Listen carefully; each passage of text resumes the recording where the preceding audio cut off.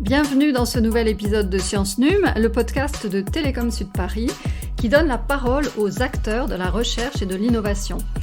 Aujourd'hui, mon invitée est Hakima Chaouchi. Elle est professeure à Télécom Sud Paris depuis 2005. Elle est experte en réseau et télécom, fixe et mobile, et notamment expert en Internet des objets. Bonjour Hakima. Bonjour Annick. Et ce n'est pas tout, vous êtes également depuis 2017 conseillère scientifique au ministère de l'Enseignement et de la Recherche pour les domaines cybersécurité, réseau, télécom et cloud. Première question, Hakima, qu'est-ce qui vous a donné envie de faire ce métier ? Avant tout, je tiens aussi à vous remercier pour cette initiative. Alors, je suis ingénieure de formation, passionnée par la recherche scientifique. Généralement, quand on aime les maths, on continue en recherche. J'avais choisi cette carrière suite à mon doctorat en 2004 en informatique et Electrical Engineering au King's College de Londres et Sorbonne Université. J'ai aussi eu une habilitation à diriger des recherches de l'Université d'Orsay, puis un Executive MBA en Leading Digital Innovation de la Business School de l'Institut Mines Télécom. Donc, durant mon doctorat, j'ai eu l'opportunité de faire de l'enseignement à l'université en tant que moniteur et j'ai aussi travaillé sur des projets de recherche très passionnants autour justement de l'optimisation des réseaux de communication.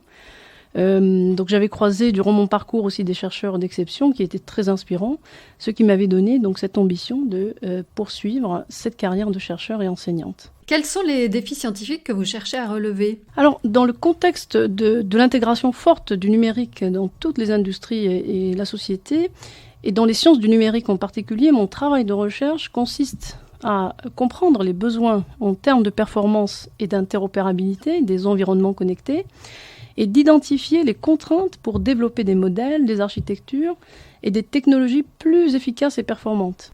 Comme ? Il y a en fait différents domaines d'application dans l'Internet des objets. On peut citer par exemple ce qu'on appelle l'IoT pour le monitoring, c'est-à-dire la supervision ou la surveillance.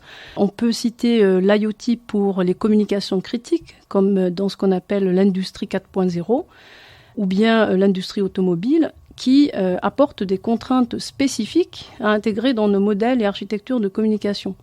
Donc, dans certains domaines industriels, avec un besoin de solutions numériques de supervision ou de monitoring, les défis scientifiques vont être autour de l'optimisation des réseaux de communication de ces objets connectés au niveau applicatif, qui généralement est déployé dans le cloud pour supporter un nombre très important d'objets connectés et de capteurs. Si on revient sur l'IoT, une de vos spécialités, alors sur quoi êtes-vous particulièrement attentive ? On a un choix judicieux à faire déjà sur la technologie de communication, particulièrement sans fil et mobile pour ces applications IoT. Et on a besoin aussi d'adapter l'architecture applicative pour intégrer les fonctions réseau à des bons endroits dans l'architecture. La problématique d'interopérabilité dans ces applications IoT va nécessiter des solutions qui vont garantir la connectivité malgré l'utilisation de technologies différentes par les objets connectés.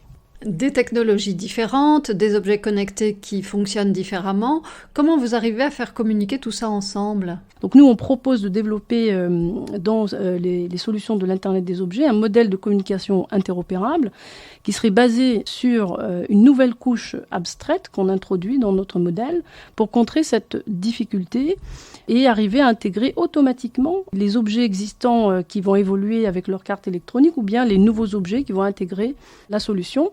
Et donc cette couche abstraite qu'on introduit va permettre de capturer et traduire les échanges, donc les entrées et les sorties de ces objets connectés hétérogènes facilement et automatiquement. Et donc, dans notre modèle, on a la possibilité de simplifier finalement l'intégration et l'évolution de ces objets connectés dans la solution IoT dans sa globalité. Il y a un autre sujet qui nous interpelle, c'est le développement des réseaux mobiles, et notamment l'arrivée de la 5G, voire la 6G. Qu'est-ce que ça implique pour la suite de vos travaux ? Donc l'arrivée du réseau ou l'évolution du réseau mobile en réseau 5G va permettre finalement l'adoption d'objets connectés qui vont bénéficier des avantages de ces réseaux-là, qui viendraient donc compléter les réseaux existants. Alors l'interopérabilité ou le modèle d'interopérabilité sur lequel on travaille va certainement évoluer avec les besoins de ces réseaux-là. C'est le marché en fait qui va nous montrer quelle est la place finalement des réseaux déjà en place, donc le Wi-Fi, le Bluetooth, la 3G, la 4G, la 5G et la 6G, dans les applications qui vont évoluer. Mais de notre point de vue, clairement, les réseaux 5G et 6G vont permettre de répondre à de nouveaux besoins spécifiques d'applications, comme les communications holographiques ou bien les communications critiques, et viendraient compléter le paysage des solutions de connectivité existantes. Akima Chaouchi, vous m'avez expliqué que vous êtes aussi en relation avec le monde industriel. Sous quelle forme ? Je participe aussi à des projets d'innovation industrielle, soit à travers de la formation continue, qui est aussi une action importante de notre école, soit à travers des projets d'innovation industrielle. Par exemple, avec notre direction innovation, j'ai travaillé sur un projet d'intégration d'objets connectés à une solution de covoiturage avec la start-up Ecov. J'ai aussi travaillé avec un industriel de la connectivité 5G sur la mise en place d'un projet de recherche et d'innovation dans le cadre de la stratégie nationale industrielle 5G Réseau du futur. Je participe aussi à des travaux de standardisation avec des industriels au sein d'organismes de standardisation internationaux. Ces différentes activités me permettent effectivement d'être en lien avec l'innovation industrielle, de mieux identifier les besoins en termes d'innovation et les intégrer dans les travaux de recherche que je mène avec mon équipe. Avec tous ces projets, est-ce qu'il y a une difficulté qui vous freine dans la dynamique de vos travaux ? Je pense qu'aujourd'hui, tout le monde est d'accord pour dire que le plus grand frein qu'on a dans le milieu de la recherche est le recrutement de jeunes chercheurs. Donc, c'est cette partie compétence.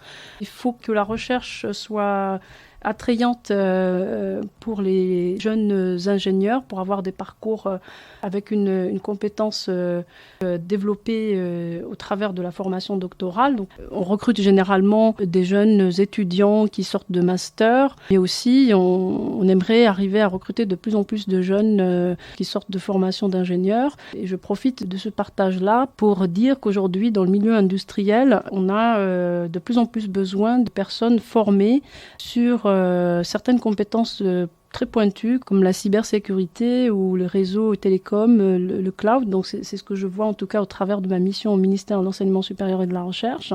J'espère qu'on va réussir à attirer de plus en plus de jeunes ingénieurs dans cette formation doctorale et pousser donc la recherche au travers de ces profils-là. Et avec plus de budget, qu'est-ce que vous feriez ? J'aimerais beaucoup apporter une validation des travaux de recherche que l'on mène au travers de démonstrateurs, parce qu'on comprend aujourd'hui que la recherche dans les domaines technologiques comme celui sur lequel je suis positionnée nécessiterait une validation classique au travers de modélisation, de simulation, par exemple mathématiques, mais il serait très important aussi de valider au travers de démonstrateurs, de prototypes qu'on appelle POC, donc Proof of Concept, pour mieux montrer la faisabilité de ce qu'on développe scientifiquement et voir comment on pourrait insérer ces travaux-là dans, par exemple, une feuille de route d'innovation industrielle et mieux positionner nos travaux de recherche dans des travaux qui aboutiraient dans le futur. Le numérique est un domaine qui évolue très rapidement. Alors, quels sont vos futurs axes de recherche ? Alors, je pense que je vais continuer donc à développer des modèles et des architectures et solutions performantes dans le domaine des communications réseau sans fil et mobile, adapté fortement, je pense, avec les évolutions très rapides de la 5G, de la 6G et des réseaux du futur. Et je pense que le positionnement, on va dire, des travaux de recherche aujourd'hui dans ce qui est en train d'être construit au niveau national avec les stratégies d'accélération qui organisent les travaux d'innovation industrielle au travers de certaines filières pourrait être une bonne opportunité pour mieux orienter les travaux de recherche que je mène aujourd'hui. Merci Akima Chaouchi pour cet éclairage sur les futures solutions performantes dans le domaine des communications réseau sans fil et mobile. C'était un plaisir, merci à vous. C'était Science Num, un podcast soutenu par le Carnot Télécom et Sociétés Numériques. On se retrouve très vite dans un prochain épisode. À bientôt.